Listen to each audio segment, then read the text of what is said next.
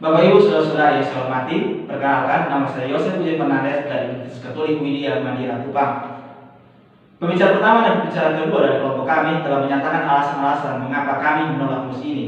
Dalam kesempatan pembicaraan kali ini, saya akan mengkritisi beberapa hal yang coba diberikan oleh pemerintah dari kubu pemerintahan yang pada akhirnya melahirkan keputusan mereka untuk menerima MUS ini.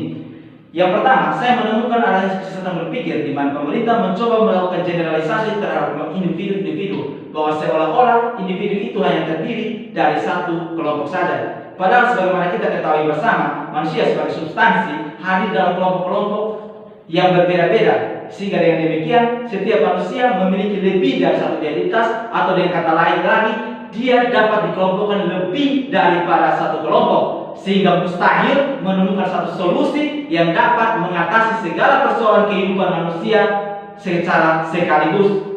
Yang kedua, saya menemukan adanya kesesatan yang coba dibangun oleh tubuh pemerintah dengan mencoba menyatakan bahwa perjuangan berbasis diskriminasi identitas hanya bersumber pada kasus. Padahal jika kita melihat lebih jauh, kasus dalam hal ini sebagai suatu realitas merupakan dasar dari setiap pergerakan, entah itu berbasis diskriminasi identitas maupun bahkan dalam apa yang mereka dukung sekalipun, yakni berbasis ekonomi. Karena dasarnya perjuangan berbasis ekonomi juga bermula dari realitas bahwa dalam kehidupan ada persoalan-persoalan yang ada.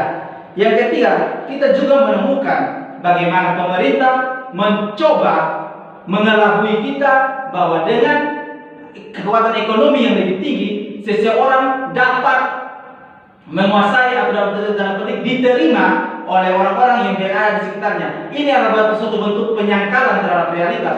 Kita lihat, jika kita melihat kembali dalam realitas kehidupan sehari-hari, kita bisa menemukan bahwa sekalipun ia punya kekuatan ekonomi, ia bahkan dapat dibenci oleh orang lain.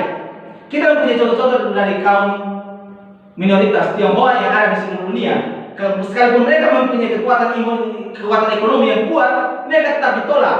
Kehadiran mereka tetap dibenci, mereka tetap disingkirkan dalam pergaulan, dan bahkan mereka didiskriminasikan karena hal-hal yang sebenarnya tidak ada hubungannya sama sekali dengan persoalan ekonomi.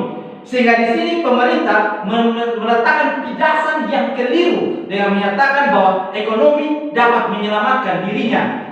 Yang ketiga, jika seandainya kita mengaminkan semua hal-hal yang dikatakan oleh pemerintah dari poin pertama hingga poin yang terakhir, kita tetap tidak sampai pada suatu keputusan yang sah bahwa fokus yang ada dari gerakan sosial saat ini harus dipindahkan, melainkan kita hanya sampai pada suatu pemahaman bahwa gerakan berbasis ekonomi juga diperlukan.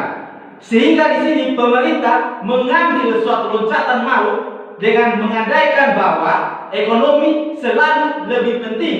Padahal kita tahu bahwa hal-hal yang bersifat identitas selalu berkaitan dengan manusia. Sehingga kita kembali bahwa manusia adalah substansi, sedangkan ekonomi adalah suatu aksiden, pelengkap yang hanya bisa ada jika substansi itu ada. Sementara manusia sebagai substansi mempunyai dalam dirinya sifat individu dan juga sifat sosial. Jadi jika kita lihat bahwa sebenarnya gerakan-gerakan sosial adalah suatu gerakan substantif yang tidak dapat digantikan oleh apapun yang sifatnya aksiden. Sehingga kami dari kelompok oposisi menolak dengan tegas, sebab kami tahu bahwa yang terpenting adalah gerakan-gerakan sosial berbasiskan hal-hal yang lebih dibutuhkan saat ini, yaitu berdasarkan pada identitas.